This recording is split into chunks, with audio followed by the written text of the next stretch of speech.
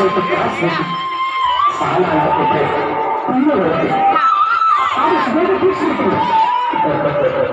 ನಿಮ್ಮಂಥವ್ರಿಗೆ ಸಹಾಯ ಮಾಡಕ್ಕಂತಾನೆ ನಾನು ಇರೋದು.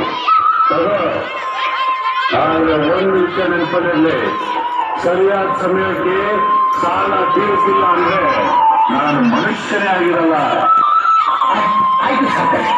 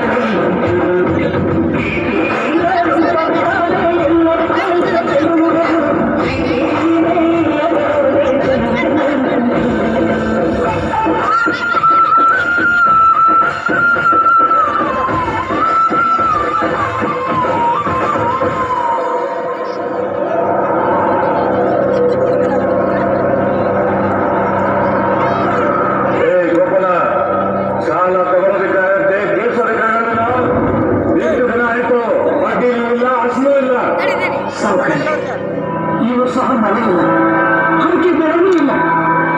ಮಳೆ ಬಂತು ಸಕ್ಕರೆ, ಬೆಳೆನೂ ಬರುತ್ತೆ. ಆದಷ್ಟು ಬೇಗ ನಿಮ್ಮ ಸಾಲ ತೀರಿಸಬೇಕು.